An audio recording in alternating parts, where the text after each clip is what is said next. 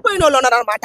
ఇక్కడ అంబాటి రాంబాబు గారిది తప్ప, వాళ్ళ ఇంటి మీదకి పోయి దాడి చేసిన వాళ్ళది తప్ప, ఎవరిది తప్ప అమ్మా ఇక్కడ? అసలు రాజకీయమే తప్పంట నేను. ఆ దాడికి కారణం ఎవరు నోరే కదా. ఇప్పుడు ఆ లడ్లో కల్తీ జరిగింది. ఇప్పుడు అధికారంలో వాళ్ళు ఉన్నారు. నీ అధికారం ఉన్నప్పుడు నువ్వు ఊపినువుగా, నువ్వు సాగితే సాగించుకోమని ఉంది, జారితే పడమని ఉంది. నీ అధికారం ఉన్నప్పుడు నువ్వు సాగించు. ఇప్పుడు వీళ్ళ అధికారం ఉన్నప్పుడు వీళ్ళు సాగిస్తారు. అది తప్పుందా ఒప్పుందా? నువ్వు ప్రజల కోసం వచ్చిన నాయకుడు అయితే ప్రజలకు ఏమన్నా అన్యాయం జరిగితే మీరు మాట్లాడండి. మీరు ఫ్యూచర్ లో మీరు వస్తారేమో.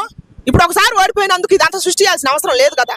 ఇంకోసారి మీరు గెలుతారేమో. ప్రజల కోసం మీరు పాటలు పడండి. సో ఇలా కొట్టుకొని తల నొప్పులు తెచ్చుకుంటే ప్రజలకు మంచి చేసేది ఎప్పుడు, కంపెనీలు తెచ్చేది ఎప్పుడు, ఉద్యోగాలు ఇచ్చేది ఎప్పుడు అంటున్నారు కొంతమంది. మీరేమంటారు? ఇంకా లేవు. ఎందుకంటే ఇట్లా డైవర్ట్ అయిపోతున్నారు కదా. ఇప్పుడు సామాన్య ప్రజల యువత ఏమైతుంది? ఒక సినిమా చూసారా, పత్రాశ్రమ అని. యువత ఏమైతుంది? అయ్యా మీకు ఏదన్నా అయితే మా నెత్తురు ఉడికిపోతుందని వస్తారు చూడు. ఓళ్ళలో కూడా అట్నే వస్తాను. దయచేసి ఓళ్ళలో కూడా అట్నే వస్తాను.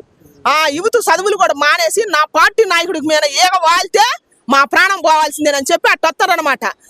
దయచేసి వాళ్ళు మేల్కోవాలని కోరుకుంటున్నాం. వాళ్ళ తల్లిదండ్రులు కానీ, వాళ్ళ పిల్లలు కానీ, వాళ్ళ భార్యలు కానీ, భర్తలను పంపిద్దామా. మీరు ఎక్కడమ్మా రోడ్డు మీకు మా సంసారాలు ఆగమైపోతున్నాయని ఈ రాజకీయ నాయకులు నీచమైన రాజకీయం మట్టు పెట్టండి. మీరు దయచేసి సామాన్య ప్రజలకు నేను చెబుతున్నా, మీ భవిష్యత్తులో ఆగమైపోకుండా.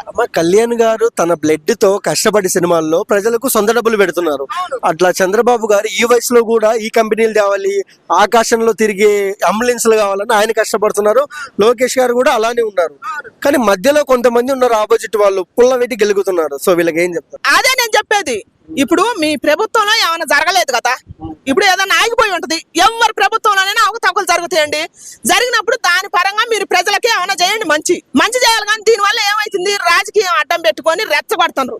రెచ్చగొట్టి దీనివల్ల పాడైపోయేది ఎవరు? మధ్య తరగతి మనుషులు పాడైపోయేది. ఇప్పుడు ఆమె జోగి రమేష్ గారి భార్య ఎవరు? ఆమె ఏం మాట్లాడుతుంది?